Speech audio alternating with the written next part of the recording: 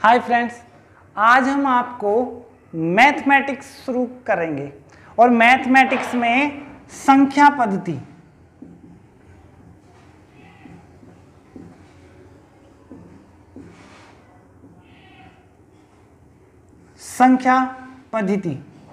इस चैप्टर को पढ़ाएंगे। और इस चैप्टर में भी हम आपको सिर्फ गुणनखंड निकालना, अभाज्य गुणनखंड निकालना, सम गुणनखंड निकालना, विषम गुणनखंड निकालना, सिर्फ ये सिखाएंगे। और ये भी इतना डीपली सिखाएंगे कि आपको हर टाइप के क्वेश्चन सॉल्व हो जाएंगे। ओके, लेकिन इसमें थोड़ी सी बात बेसिक पता होनी चाहिए जो हम आपको बताते हैं। संख्या पद्धति एक चैप्टर है और ये बहुत बड़ा चैप्टर है। इसमें छोटे छोटे पार्टों को जोड़ दिया गया है। उसमें सबसे पहले आपको गुणनखंड निकालने के लिए अभाज्य संख्या के बारे में पता होना चाहिए। अभाज्य संख्या लाइक प्राइम नंबर अभाज्य संख्या का एक दूसरा नाम। देन हिंदी वालों को एक सबसे बड़ा प्रॉब्लम है कि वो हिंदी वालों को नाम बदल बदल कर दे देते हैं, लेकिन इंग्लिश मीडियम वालों को सिर्फ एक नाम लिखते हैं, प्राइम नंबर। हिंदी वालों को ऋण संख्या भी लिख देते हैं, अभाज्य संख्या का दूसरा नाम। अब उसके अकॉर्डिंग आपको डेफिनेशन इसकी पता होनी चाहिए। अब देखिए जरा definition, any number divided by one and itself are called prime number। ये इंग्लिश की डेफिनेशन। लेकिन हिंदी वालों को इससे भी आसान, ऐसी संख्या जिसके केवल दो गुणनखंड हो, केवल दो गुणनखंड हो, देन अभाज्य संख्या होंगी। देन एग्जाम्पल देखिए जरा। एग्जाम्पल में मैं आपको गिनती लिखता हूं, ठीक है। देखो 2 से स्टार्ट होती हैं ये, 2, 3, 5, 7, 11 और डॉट डॉट डॉट। अब यहां पर एक कंफ्यूजन देखिए, 2 को 1 डिवाइड करेगा और 2, ये है बस वो दो संख्या और कोई डिवाइड नहीं कर सकता। 3 को भी 1 और 3 ही डिवाइड करेगा और कोई डिवाइड नहीं करेगा। 1 प्राइम है या नहीं है, 1 को सिर्फ 1 डिवाइड करता है, कोई दूसरी संख्या नहीं, इसलिए ये प्राइम नहीं है। हमको इनकी जरूरत पड़ेगी सवाल करने में। ओके, अब हम अपने सवालों पर चलते हैं सीधा। ओके, सवाल में पूछेंगे कैसे, जरा बस वो देखिए। आपको सीधा सीधा एक सवाल दिया जाएगा, वो आपको मान के चलिए 160 लिख दे। एक छोटा सा सवाल दिखाता हूं मैं। 160 के गुणनखंड की संख्या बताओ, गुणनखंड की संख्या बताओ। सिर्फ इतना सवाल। ओके, गुणनखंड की संख्या बताओ। अब इससे अलग वो आपको दूसरी भी पूछेगा, सम गुणनखंड या विषम गुणनखंड की संख्या बताओ। देखो पहला सवाल, दूसरा विषम गुणनखंड की संख्या बताओ, विषम गुणनखंड की संख्या। तीसरा इसी में जो पूछेगा वो सम गुणनखंड की संख्या, सम गुणनखंड की संख्या। देखो हम सिर्फ ये 3 सवाल करेंगे और इन तीनों सवालों के बाद एक चौथा करेंगे, लेकिन उसका कनेक्शन इससे बिल्कुल नहीं है। सबसे पहले ये सब करने से पहले मुझे आपको एक इंफॉर्मेशन देनी है। n एक संख्या है, जैसे कि ये है। आपको सबसे पहले उस संख्या के फैक्टर करने हैं। देन a की पावर p, b की पावर q और c की पावर r, इस शेप में उसके करने हैं। उसके बाद अगर देखा जाए जहां A, B, C ये अभाज्य होनी चाहिए, अभाज्य संख्या, और P, Q और R, अगर हम इनकी बात करें, अगर बात करें P, Q, R की, तो P, Q, R धन पूर्णांक हैं। बस हमारा मैटर इसका है। अब इसके बाद देखिए जरा, वो बोलेगा गुणनखंड की संख्या बताओ। अगर बात करता है गुणनखंड की संख्या की, तब क्या करना है, आपको जो पावर है उसमें 1 जोड़ देना है सिर्फ।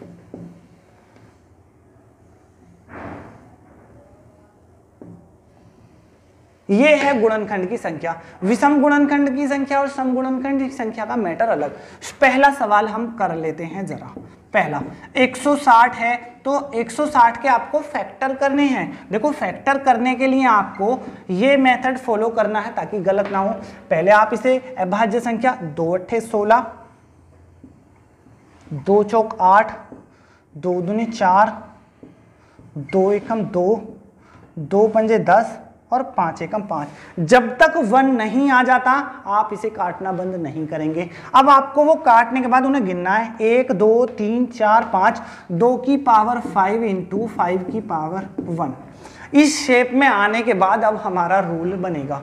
देखो जरा, अगर हम इसकी तुलना उस सवाल से करें कंपेयर, देन a की पावर p इंटू बी की पावर q, इससे करें तो अब अभाज्य गुणनखंडों की संख्या निकालनी है आपको, और हमारा रूल है p + 1 देन q + 1। देखो अगर आगे चला जाए तो आगे आप भी कर देना, वरना मत करना।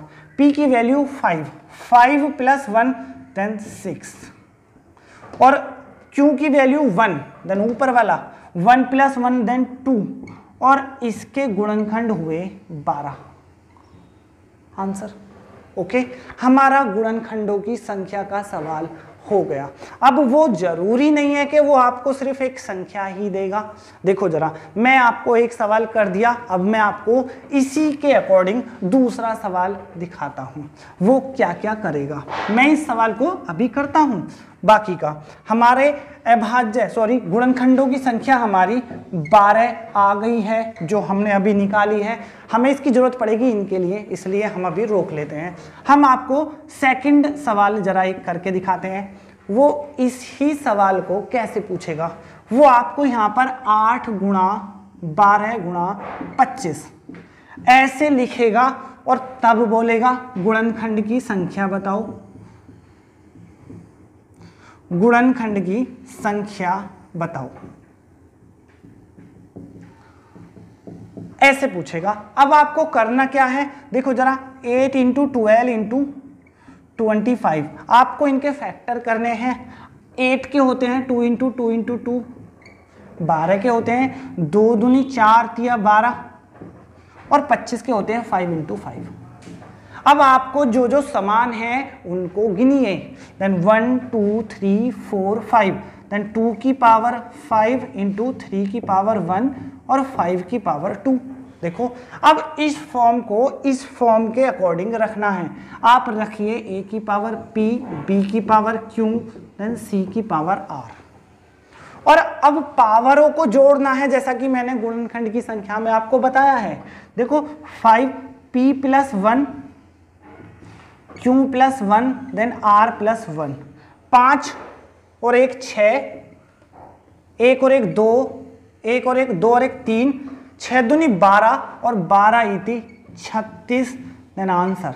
अगर वो आपको संख्या देता है सीधी सीधी तब भी उसके फैक्टर करने हैं, और ऑलरेडी फैक्टर देता है तब भी उसके फैक्टर ही करने होंगे।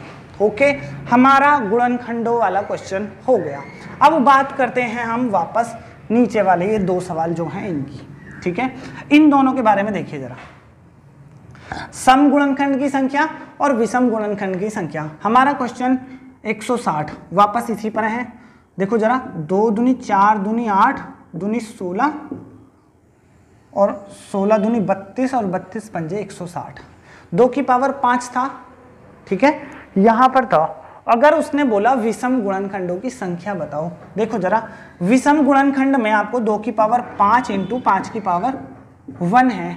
सिर्फ 5 एक बार आ रहा है, मतलब विषम गुणनखंड की संख्या निकालनी है हमें। विषम गुणनखंड की संख्या, अगर हम विषम गुणनखंड की संख्या निकालें तो देखिए जरा, 5 की पावर 1 है और आपको सिर्फ इस 1 को ही देखना है, देन ओनली 1 है, इसका कोई मैटर और नहीं है। ठीक है, विषम गुणनखंड की संख्या, देन सम गुणनखंड की संख्या, सम गुणनखंड की संख्या। देखो जरा 5 की मल्टीप्लाई आप किसी में भी करेंगे, अगर उसका गुणनखंड जो बनेगा वो सम ही बनेगा। 5 सिर्फ एक बार आ रहा है, देन वो बस एक ही गुणनखंड है विषम। उसके अलावा जितनी भी संख्या बनेंगी वो अब सम ही बनेंगी। आप चाहे देखिए 5 दूनी 10 वो भी एक सम, 10 दूनी 20 वो भी एक सम। आप 5 की मल्टीप्लाई कहीं भी करिए उस तरह विषम नहीं बना सकता। अगर बात करें अब सम गुणनखंड की संख्या, देन टोटल गुणनखंड थे 12। ओके, हाँ एक चीज और, 5 की संख्या 1 है और हमें विषम निकालने हैं, तो उसकी जो पावर है 1 उसमें आपको 1 जोड़ना होगा। विषम गुणनखंड 2 है, अब वो 2 कौन कौन से, 5 तो आपको दिख ही रहा है और एक भी होता है, और गुणनखंड की संख्या निकालने में ये दोनों आएंगे। ओके, ये सवाल हो गया हमारा, 1 भी हो गया और 5 भी, 2। अब आपको सम गुणनखंड की संख्या निकालनी है, तो 12 में से ये जो विषम निकालें आप इन्हें घटा दीजिए और 10 आ गए आपके सम गुणनखंड, है ना आंसर। अगर हाँ एक बात और, अगर आप देखिए यहाँ पर 5 है, अगर कुछ और भी होता, एग्जाम्पल देखिए जरा, 5 के प्लेस पर मान के चलिए 2 की पावर 3 होता और 3 की पावर 1 और 5 की पावर 1। अगर हम यहाँ पर विषम गुणनखंड निकालते तो सिर्फ हम इनका यूज करते, यहाँ 1 + 1 और 1 + 1, देन 2 × 2 4 हमारे विषम गुणनखंड हो जाते। लेकिन यहाँ पर 3 नहीं है इसलिए हम यूज नहीं कर सकते। हमने आपको एक एग्जाम्पल दिया है, सिर्फ एक नया एग्जाम्पल। ओके, इसके बाद हम बात करते हैं, देखो विषम गुणनखंड हो गया, सम गुणनखंड हो गया, बात करते हैं हम इसके चौथे हिस्से की। आपको कुछ भी प्रॉब्लम हो, अगर आपको लगे कि आपको सवाल फिर से रिपीट कराना है तो आप उसे रिटर्न वीडियो करके देख लीजिए, वरना आप बताइए कमेंट में, मैं फिर से इसको एक नई वीडियो के अकॉर्डिंग बना दूंगा। ओके, इसी में वो चौथा पूछेगा, गुणनखंड की संख्या बताओ, गुणनखंड की संख्या बताओ एक और स्वयं को छोड़कर।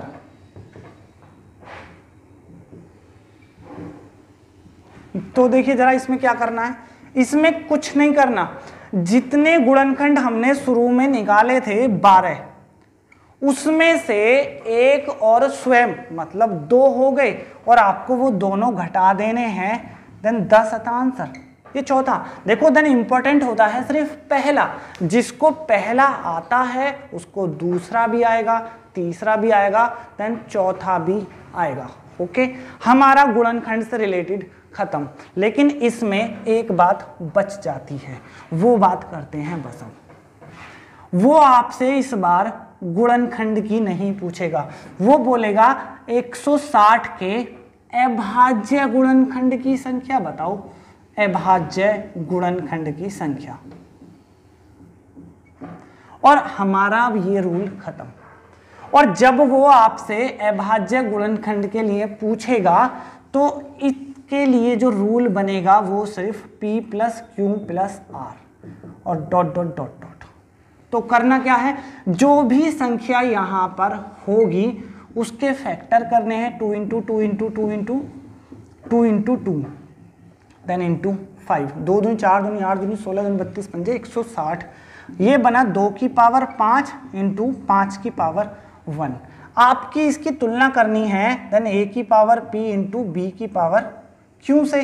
और अभाज्य गुणनखंड निकालने के लिए आपको अभाज्य गुणनखंड सिर्फ पावर जोड़नी है, पावर p की वैल्यू देन 5 देन q की वैल्यू 1 और 5 और 1 6 देन आंसर खत्म। हमारा ये टॉपिक खत्म। आशा है आपको समझ में आ गया होगा और आपको वीडियो अच्छी लगी होगी। ओके, अगर आपको वीडियो अच्छी लगी है तो वीडियो को शेयर करें और हमारे चैनल को सब्सक्राइब जरूर करें।